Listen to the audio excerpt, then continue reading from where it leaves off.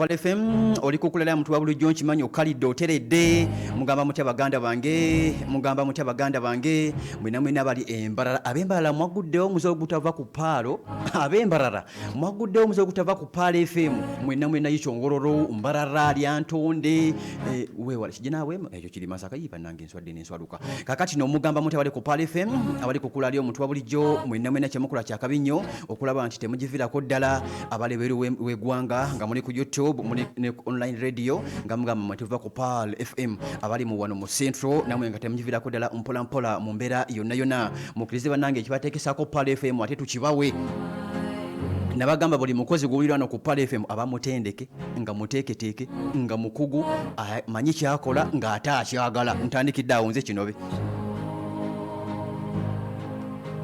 ntandise nga tugenze olufunda lw'obudde wakati mu Amerika bakyekalakaasa ekyo njagala okimanyi era njagala nkikugambye nti beekalakaasa era nga bannansi bagamba Amerika nti bagamba Trump nti bukyanga oteekateeka kwekalakaasa kuno naffe tukulina bukyanga oteekateeka kwekalakaasa ku luno tukulina mullo mu mbeera yonna twakujiridde ekijja kyonna kijje tukulina mu ttaano zaffe byonna bikole byonna mpuliza bamugamba nti bikole wabula tiweerabire ewaffe nti naffe tuli mu kwekalakaasa bano Abamerika njagala nkutegeeza ekigambo kino kyangu nnyo okujjako bano tulaba nti balina demokrasiya naye kasita basituka kyangu nnyo okusulika gavumenti kyova olaba nga tebabawa mwagaanya bano Abamerika kyangu nnyo okuyingiza emmundu Amerika kyangu nnyo lutema lwa liiso ng'emmundu zayingidde dda in fact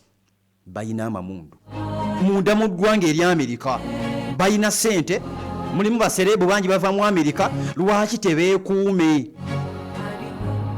balina amamundu ali ku Paalo FM okwekalakaasa kutambulira ddala munda mu ggwanga eri Amerika wabula amawulire ge tufuna n'abasajja wakati nga Amerika nayo yeewaana nga Iran abantu bali mu kwekalakaasa mu Isirayiri ne beewaana ne batuuka n'okusindika aba CIA ne basindika n'aba Mossad bagende bongere okulaba nti munange batabangula ne batuuka n'okukwata omulangira nga bamugamba nti ogenda kudda mu ntebe nga bateeseteese buli kimu ne bigaana ensonda ziraga abaana aba BRICS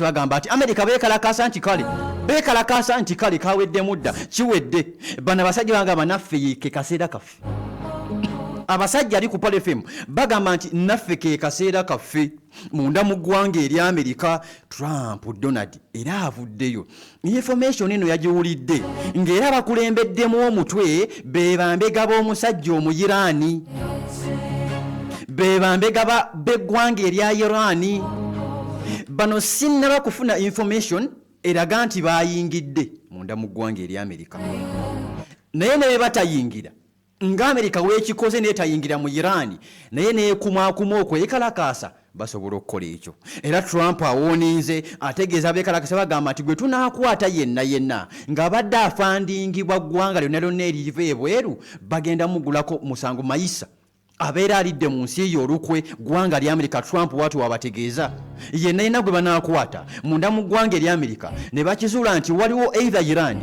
oba Russia oba yenna nti abadde amusapootinga amuwa ensimbi basobole okwekalakaasa Amerika Trump ategeeza agamba nti bajja kuba mugugulako musango gwakulya mu nsi y'olukwe bagamba lubanga lwa mmindi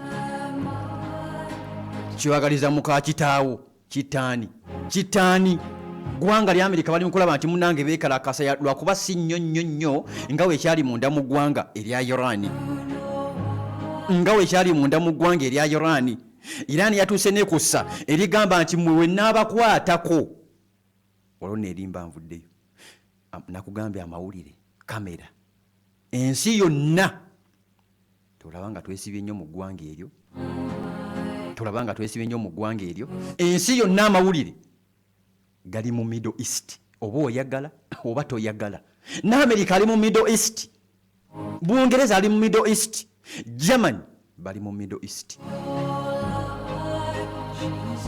tulengera Iran yatuwadde abatujju Iran yafulumizza abatujju nga bagenda batta abantu wangi Iran yefulumya obutambi lwakuba video njinoonya sigiraba asiimwe omanyi bwe tugiriba nga tukola research n'ennoho kakati video ndaba kifaananyi twagezaako kufuna video tujja kugifuna anytime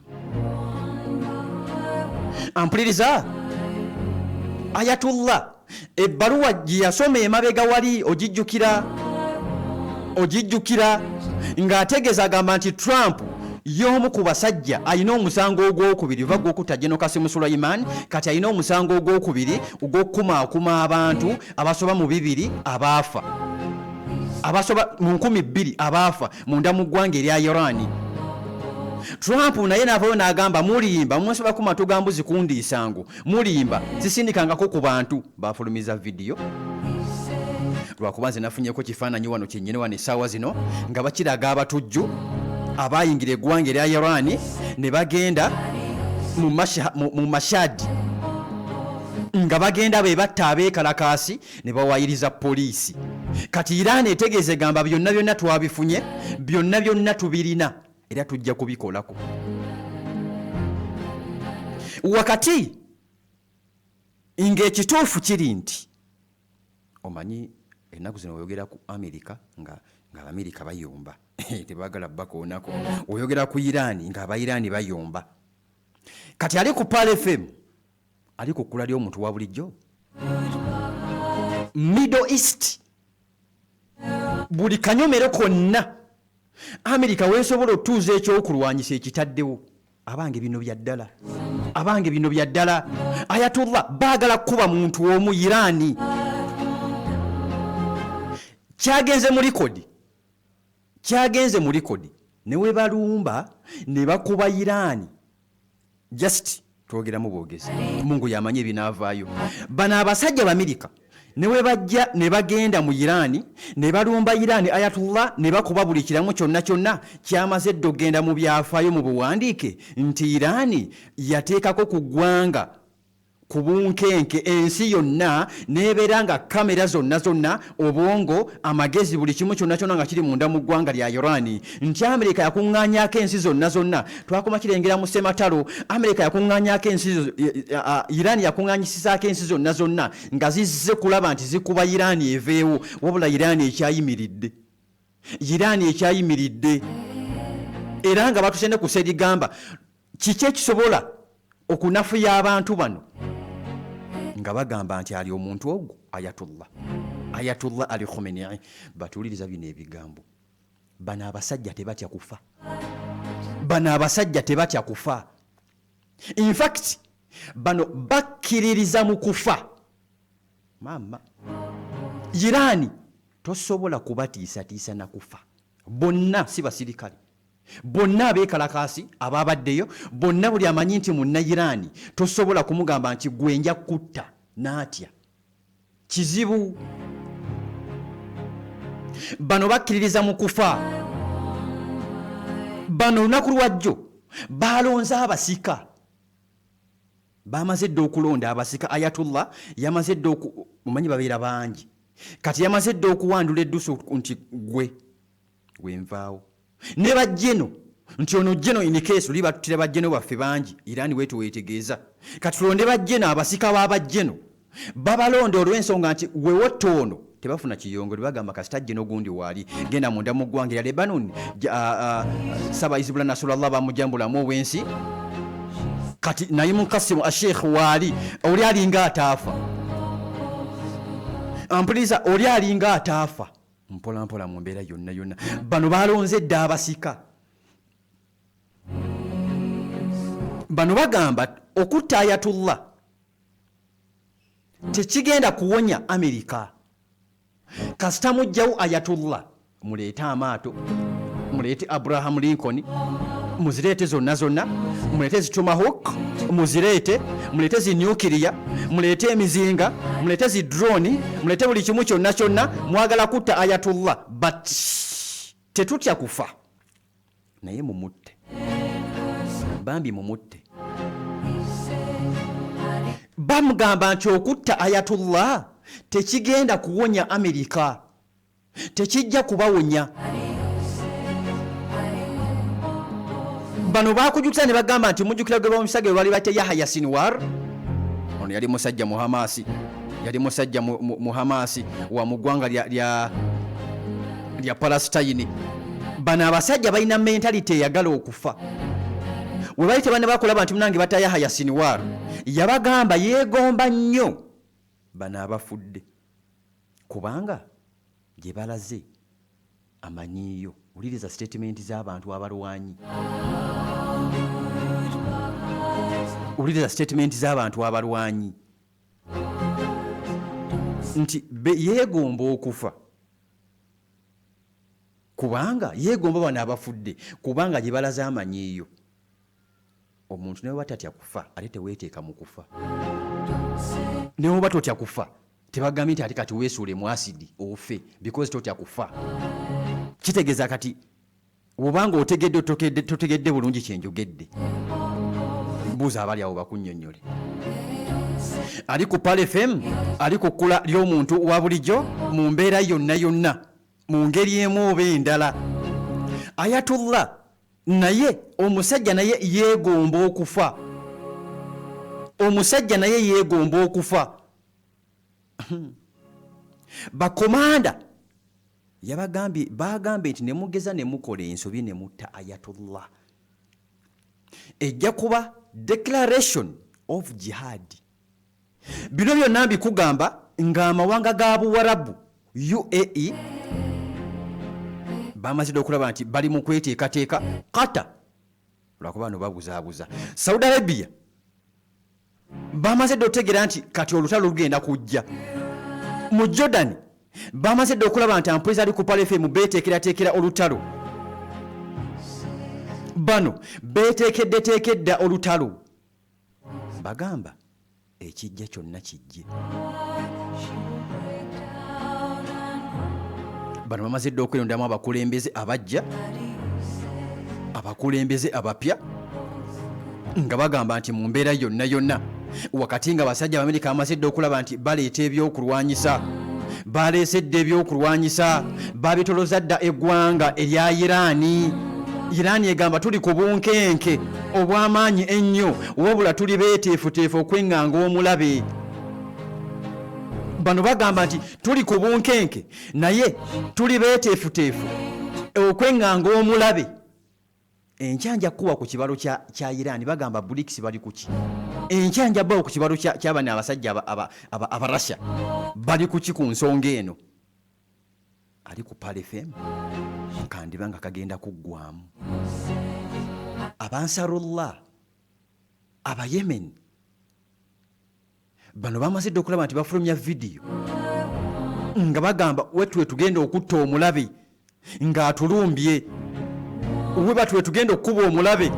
Abayizibullah bali munda mu ggwanga erya Iraq bayisa amagye babagambye nti mwenna amagye mujje mweteekereteekere olutalo. Bagenda kulumba mukwano gwaffe, bagenda kulumba neyeba waffe, bagenda kulumba jjajjaffe Ayatullah Ali Khamenei, supreme leader w'eggwanga erya Iran. Bagamba nti indicators zonna eziraga ezafulumye ziraga nti omusajja baagala kumukuba. Mu Iran, Middle East era amawanga ageetoolodde Iran balaba abasajja bakola ddugiro. Ekituufu kiri nti olutalo luzze. Wuliriza information, ebbaluwa eyalinkinze, ebbaluwa eyalinkinze nga mu Isirayiri bali mu kulaba bagamba nti mutegule gw'okulengera Amerika okukwata beesi zaayo okugyamu abasirikale abamu n'ennyonyi ezimu okuziggyawo. Wabadde olowooza ki? Omusajja yatuuse ebbaluwa yino yazze nga abanene mu Isirayiri abaana bagibbye nga balina ebbaluwa gye bawandiika kuliko ne deeti ebagamba butasukka deeti gye ngenda kukuwa mugyewo ebintu byammwe era mukyeteekereteekere. The head of Civil Aviation Authority, Shmuel Zakai, sent a letter to foreign airlines this evening in which he warned ng'agamba ki yamuwadde ne date we batabikyusa so kutegere bannaffe aba Royal Healers abagamba nti gwena tawanyizibwa obulwadde bwa ulcers olumizi w'omugongo amagulu gakuzimbi gakuluma abalina prostate mugende munwe amajani ge bayita aga hayati oba amajani aga azima bagambe mumpe hayati oba mumpe azima amajani gano gagenda kuwonyeza ddala ampuliza gano gagenda kulaba nti munanga ampuliza gakuwonyeza ddala ofuyisa bakusamu akapiira wakozesako masturbation sooka weegogole ojjemu obukyafu obukuli mu system kyova olaba nga munywa eddagala ly'ekisenge nga tebibakolera babagamba nti bano baleese amajani ga azimu baga hayati mujje gabalongoose system eyo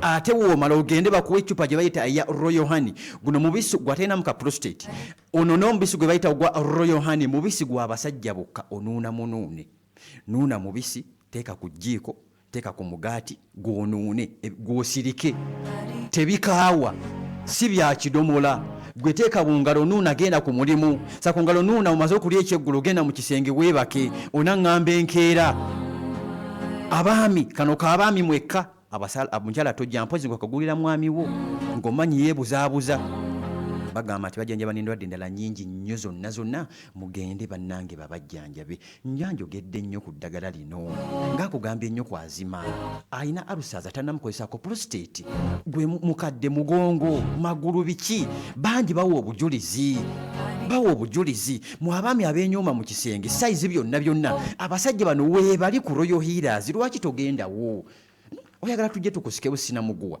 bali ku Namirembe Road ku mafuta ga Rubies Kazimbe ka Volcano Bus Park duka namba 314 kuba ku simu 0749 96 14 09 oba 0749 96 14 09 bebannaffe aba Royal Healers ulirize ebbaluwa we believe that the end of next weekend lero si Lwakubiri abasajja tezibenga 31 teziba 31 ku Lwomukaaga zijja kuba 31 ene ebbaluwa we batagikyusa omanyi wootegeera we bamanya nti mubaguddemu nga bakyusa ku Lwomukaaga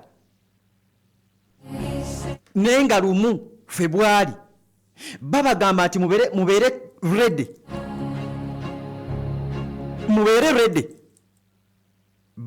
basajja beewandiikidde amabaluwa mu Isirayiri babagamba waliwo ekijja nga 31 naye nga 1 terube lwa Sande ali ku Pal FM abayiraani bagitegedde abasajja beebuuza bano abaana bagitegedde batya ebbaluwa eno bagiguddemu batya obunkenke nkugambye noonya munali mu Middle East akugambe ennyonyi eziyitaayita mu bbanga si za Amerika yekka kuliko n'ez'omusajja Omuyiraani Iraani egamba ffe mukimanye ekyokukola tuli beeteefuteefu bano abasajja balina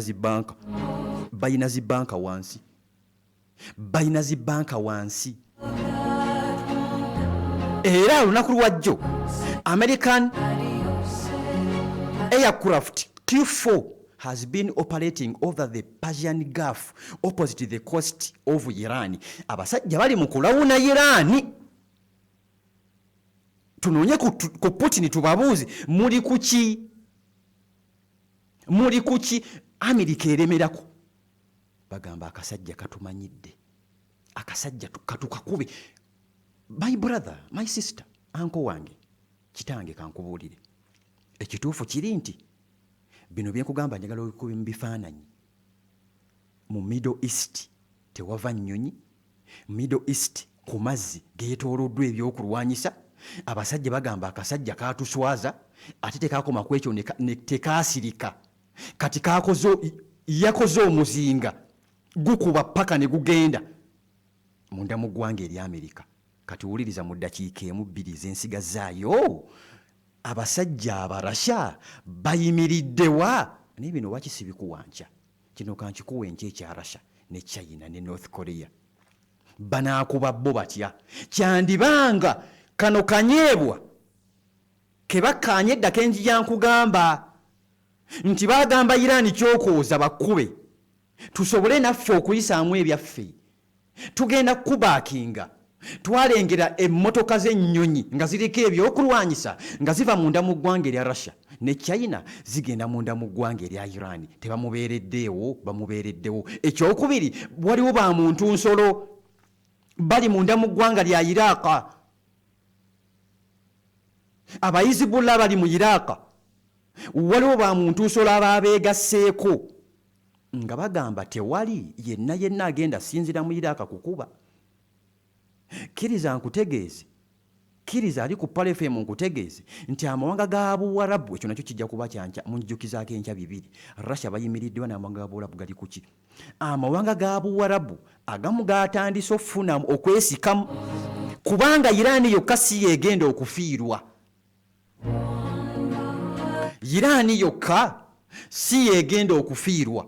Era bamala oddetegeera Iran kiki esobola okukola. Era nga bagamba terimba. Bannansi olwategedde nti baagala kulumba ggwanga lya Iran bagambye mutuwaama mundu. Mutuwaama mundu Ayatollah taata tuwaama mundu tusonyiwe okwekalakaasa baatusigamu busizi bantu tetwamanya mutuwaama mundu naffe tusobola okugakozesa mutuwe zibbomu kaseera ka jihadi nkugambye kasita batandika okulwana tebigenda kuggwa kati kuliko eggwanga erigenda okugwa mu mawanga amanene. Amawanga amanene ogamanyi Iran, Russia, China, North Korea, Germany, Bungereza, Amerika n'abalala. Kwago kuliko eggwanga erijjoggwa Isirayiri. Kuliko amawanga eri agajjoggwa. Era waliwo amawanga amanafu agali mu Middle East agajjokkuwa. Nga Iran ejja gakuba ezibiri zeegamye musiraamu munnange bisimillah tema. Wayambako omulabe. Mpozi galwana ennyo bakube Iran. Wabula Iran we bagikuba nabo bawedde bano. Ali ku Pale FM. Aliko kuladio omuntu wa bulijjo. Enkya nkugambye tugenda kulaba abasajja abarasha tukyebuuza nnyo. Abachina, aba North Korea nga basirise bakola ki? Ekyokubiri amawanga g'Abawarabu gazzaako ki? Tekigalya tebaaga kube. Amerika we bayakulumba egenda kusinziira wa? Kubanga tuteedde nti amawanga agamu gagambye nedda. Jordan etandise okwenyeenya egamba leeta kale toleeta kale jangu tojja. Baatandise. Kata bawandise edda ebbaluwa. Saudi bamugamba ssebo tolumba bambi. Anaasinzirawo okukuba oba naakozesa kifuba ddembe. Njawe tugenda okulaba nti munange tutunulira awo mpola mpola. Abali ku YouTube bali kulaba nti ate nno mutambudde nange kadde ka programu ate endala wabula nkujuza kugamba nti Ndejje Quality School bali wano kitiko mutungo bakugamba nti leeta omwana w'omunange bamusomese kuva ku nasepa ku kibiina ekyomusanvu bagamba basomesa batendeke ddala abantu b'ekigo mwenna Busaabala Kitende Lubowa n'ebitundu ebiranja mwenna aba Ndejje Quality School bagamba nti leeta omwana wo bamusomese mutungo osobola okuyita ku Kigo Road oba e Kajjansi ku Munyonyo Express Highway mu town y'Ekitiko bakwere kusemezera omusanvu ziremo 34 16 42 bannaffe aba Ndejje Quality School ne bannaffe aba Alameda Junior School day and boarding basangibwa n'ekyengera Mugongo okuliraana n'amafuta ga Haas petrol station etegeeza abazadde mwenna nti muleete abayizi mubawandiise nga obudde bukyali tugabane ne bursaries somero ddungi nnyo compound ngazi bulungi ddala masjid weeri omwana tajja na bitabo nga ajja ku ssomero kuba kusimuzira omusanvu 02 28 944 aba YouTube mwebale nnyo muli bangi sobola kulaba nti ate mbasoma kangezeeko ndabe buno obusajja nga buyingira kaseekende nga we bajja Mubaraka King Artists Kabwanga mulinga 10 bannange n'okusoba bannange musonywe sobola kusoma abantu 10 mwenna kuba malayo amusosori Kayima Muzammiru Kato Hussein Tino Muhwezi abantu beekabwohe mbalala mwenna kyemukola kyakabi nnyo bambi ennaku zino muleese kiruhura muleese amaanyi mwagala kuba basentro nga muli ku Palo ku YouTube esimanyi yabazigiridde programu zino abantu beeyo muleese amaanyi lyantonde embalala kabwohe Isha Kayishongololo Butukula kiruhura yonna waba Kayihura yonna kiruhura Kayihura yonna muli eyo muli ku Palo FM kyemukola banna muli bangi nnyo musonye sobola kubasoma musoba ne mu 10 sisobola kubasoma mwenna ku YouTube naye insha Allah Mukama Katonda abawe kimusinga okwagala. Bakansala leero tubalonda Kaseekende gundi ne Sonko tumulonda leero Sonko aluna Badiro wano Kawaala. Mukama Katonda amuteremu obwangu abeekawala ekyokukola mukimanyi nze sibazaako mukono. Waliwo ngambye tutaga kubyogerako ebyo bya Sonko Badiro kikuuba ani bonna ti ekiku yayitamu sebo yalondebwa dda. Waliwo ngambye nti abantu bagayala okulonda abantu abo ate nga bebaziika bebabeera ku byenguudo bebabeera ku byamataka. Abantu bano bebabeera naffe kaŋŋambe ku ground ddala bebawangaala naffe ekitegeeza mu buweereza bwonna ne bwe buvudde waggulu buyita mu bano nti gavumenti yagenda tuzimbira ssomero bagenda okusooka okukola save biki byonna ebyo byetaagisa kuba babeera naffe ddwaliro byonna. Aho nno nze njagala abantu tusitukiremu tugende tulonde ne bameeya b'amagombolola era baleero okuggyako emakindi gye batagenda kulonda. Omukulu Yasina Omar yayitamu naye wali omumanyi bifo sinali simumanyi ekituufu nange nali nagenda n'okukolayo ko munafu omu eyakolayo kasave ka minzaani sijja kugamba nti nze genda okugendayo bifo kati nali badde mumanyirawa Mukama Katonda wange abo bo tebagenda kulonda sayidi eyo boba direct oyo yayitamu tavuganyiziddwa kuba ne yagenda mu kooti omukulu kyali seera yagenda okuvayo nga yagamba tafunye bwenkanya kitegeeza omusango gwe okwagobebwa.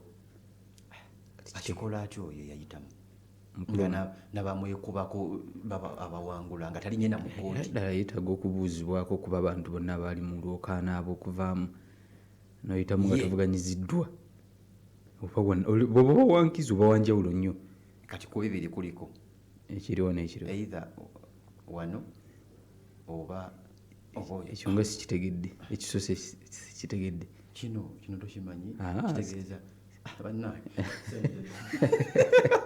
osanze ndaba ssebo mama mbeere bulungi era mweraba mbeja agenda kujja luvannyuma olw'ensonga alimu ekiyongobero ensonga zetuzimanyi kuva lunaku kuva lwakutaano mukyala aye ng'ensonga yetegeerekeka naye ngamba bannayuganda bagende balonde mu kituufu bagende balonde mpolampola 32 ate nimbe gundi weekend kati kuva weekend waliwo kyati bibiri kati ate laba ate ekizibu ekyongera ddala mu kizibu waliwo yangambye nti bawonyeewonyeeko ejjo mu tawuni tazibadde public holiday era ne naye abantu ba mu tawuni eyo Arsenal newangula kebe public holiday obawulira mu nsi noli musajja wa Arsenal era nakuwunyiza okujja okulumba lukungu neŋŋamba ezira yetwane lukungu neŋŋamba n'omusajja abadde ki wamma mbeere bulungi era mweraba